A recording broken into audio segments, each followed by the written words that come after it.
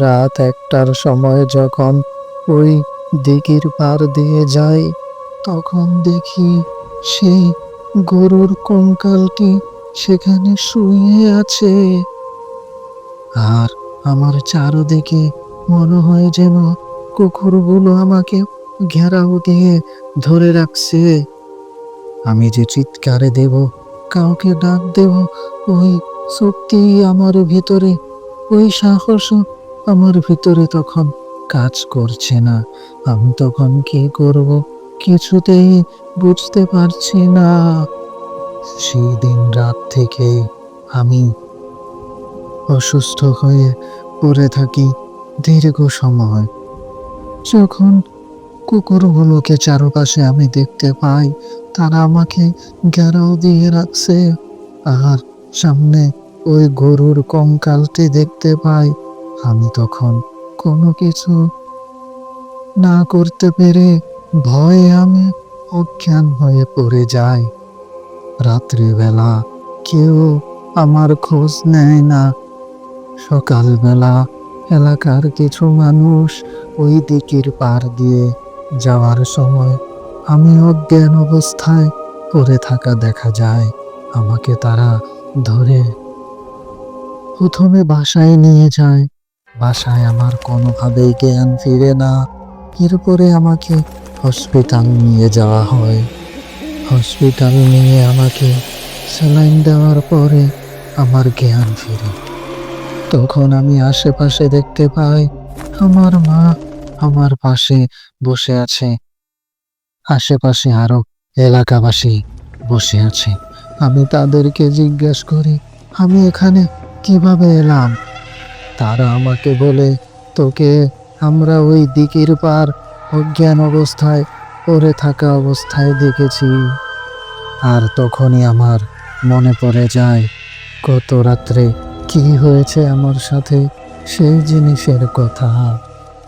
আমার মা জিজ্ঞেস করে, তুই অজ্ঞান অবস্থায় কেন পড়ে গেছিলি? তোর সাথে কিছু হয়েছিল কিনা? তখন আমি আমার মাকে সবকিছু খুলে বলি।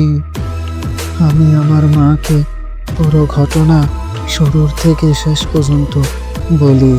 সাথে এলাকাবাসী যারা ছিল তারাও ঘটনাটি শুনতে পায়।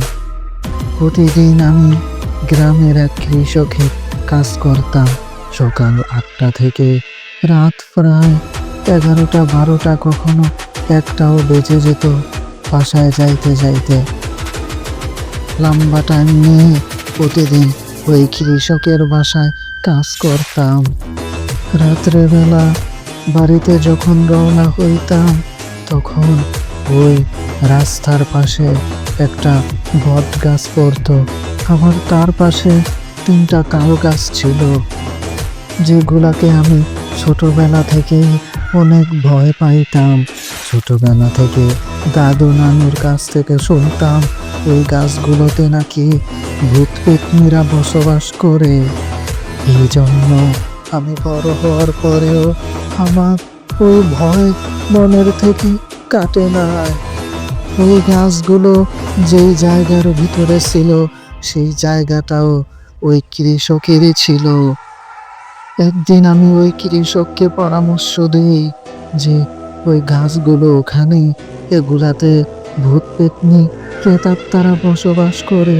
এই গাছগুলো আপনি কেটে ফেলেন, তাহলে আমি নির্ভয়ে প্রতিদিন রাত্রে বাড়িতে যাইতে পারবো।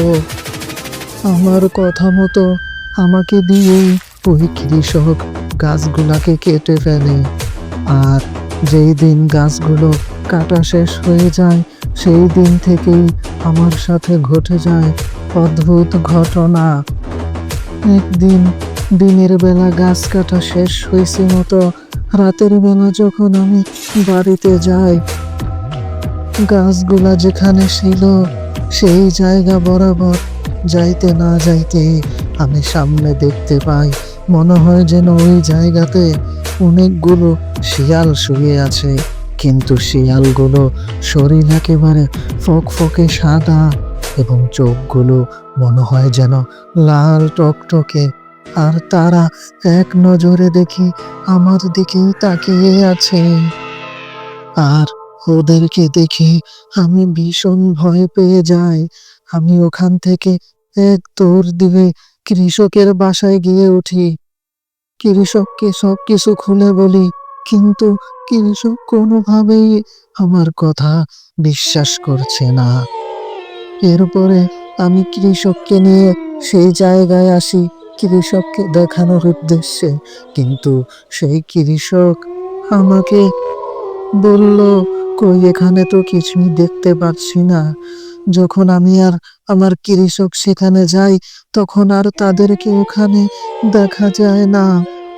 এরপরে কৃষক আমাকে আমার বাসা পর্যন্ত আগায়া দিয়ে আসে।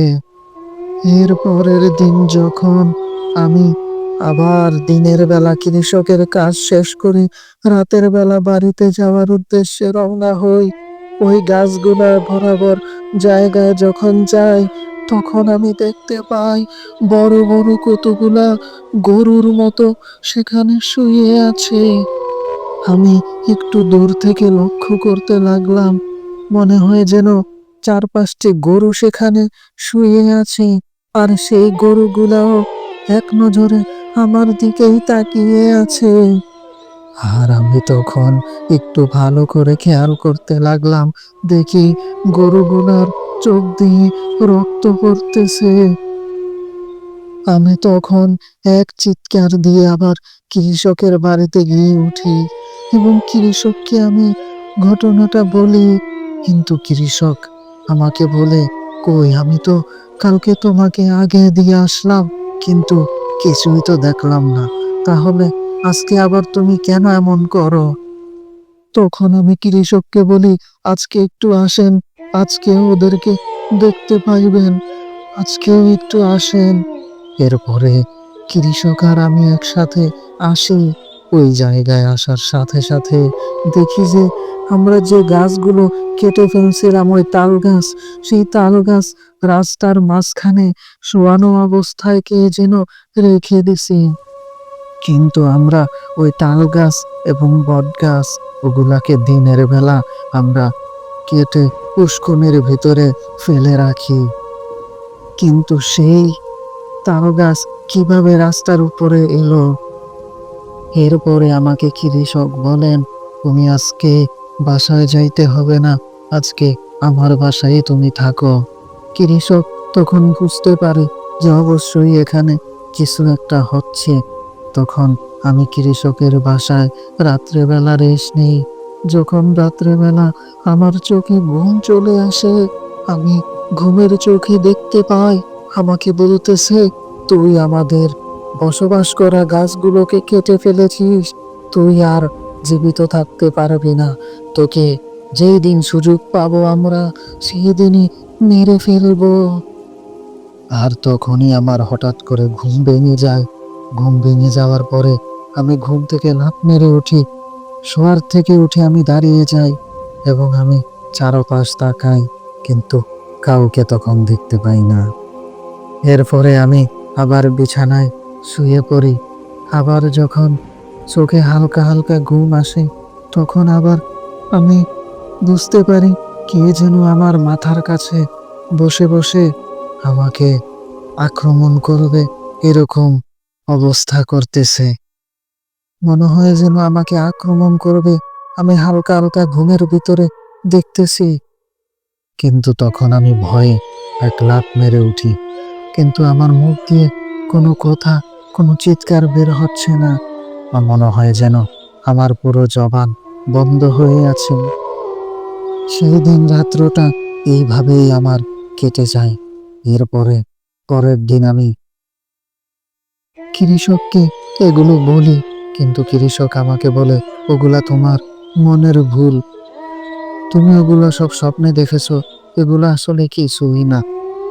এরপরে সেই দিন সারাদিন আমি কাজ করে রাতের বেলা যখন আবার বাসার উদ্দেশ্যে রওনা হই, সেই দিনই আমার চোখের সামনে পড়ে একটি গরুর কঙ্কাল আর অনেকগুলো কুকুর, মনে হয় যেন আমাকে চারপাশে ঘেরাও দিয়ে ধরছে।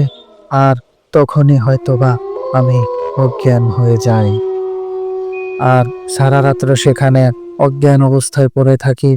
দিনের বেলা আমাকে আপনারা এলাকার মানুষ উদ্ধার করছেন।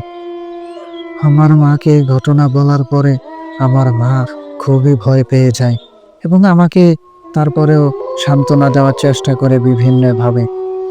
এরপরে আমার মা আমাকে নিয়ে হসপিটাল থেকে চলে যায় বাসায়। বাসায় এলাকার একজন হুজুরকে আনে। আনার পরে ওই হুজুর আমাকে পানি টানি পরে দিয়ে এরপরে কিছু তাবিজ তোমার দিয়ে আমাকে বলে দেয় যে আর কখনো ওই কৃষকের বাড়িতে কাজ করতে যাইতে না। এরপর থেকে আমি আর কোনো কৃষকের বাড়িতে কাজ করতে যাই না।